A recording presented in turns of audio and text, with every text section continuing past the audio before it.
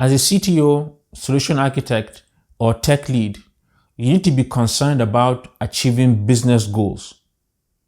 The tech you design only supports achieving the business goals.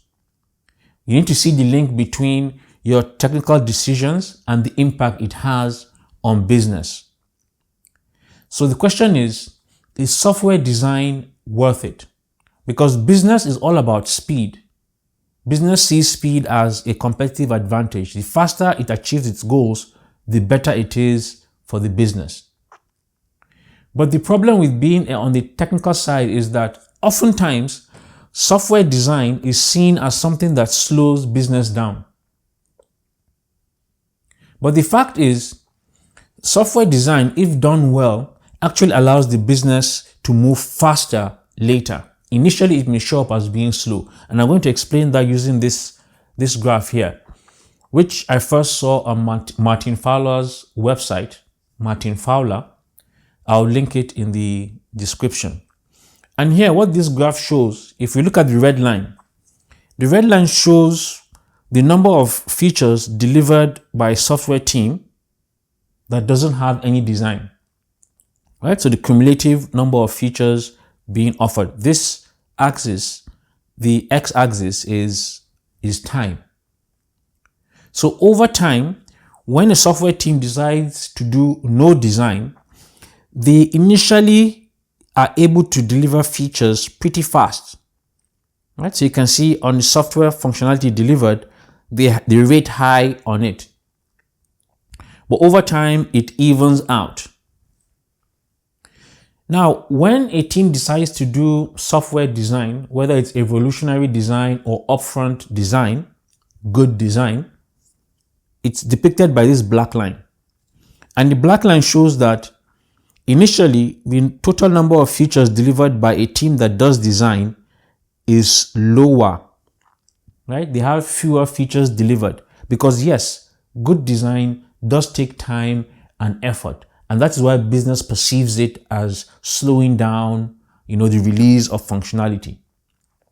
But as you can see here, over time, the software team that does design ends up delivering more features faster over time when compared to the team that doesn't have any design.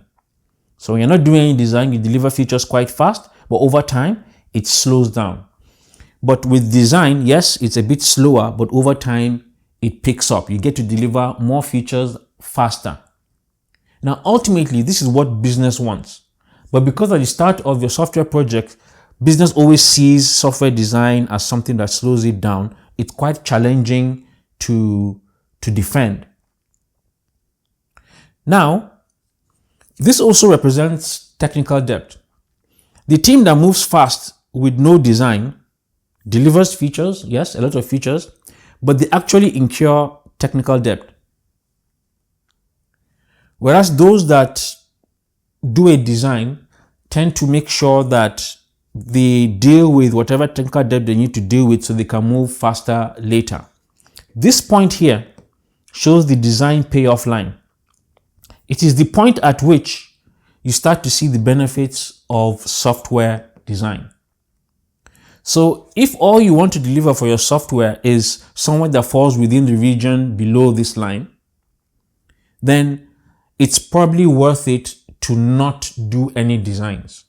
Right? So you can quickly deliver, but if you plan to maintain that piece of software for a longer period of time and you want to keep on adding features to it, it makes sense to take the time to avoid technical debt as much as possible, do proper design, do good design, so that you can move faster later. And business will thank you for this. Now, Martin Fowler argues that this design payoff point, the point at which you see the benefits of doing proper software design, happens quite early in the lifetime of a software project or product development. So it's not a matter of years or months. He argues that it could even be weeks, right? So within weeks, you start to see the benefit of having proper design.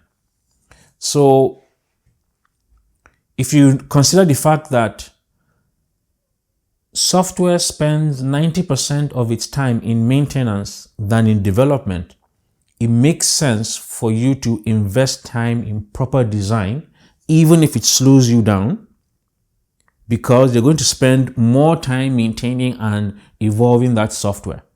And if you can pick up speed later, then this gives your team and your business the competitive advantage that every business wants. So the trick is to be able to figure out how to avoid technical debt and how to do good design, find the right balance so that you're able to evolve and move faster later on. So like I mentioned, I'll add the link to the original article here. I've also written a similar article about this, why you have, short-term gain, but you have pain in the long term. So I'll link that article as well, so you can also read it and learn more. If you have more to add to this discussion, please add it in the comments. If you think someone else will find this useful, please share this video. If you're watching this, you're most likely not subscribed. Please subscribe to help the channel grow and encourage me to do more of these videos and be part of the community.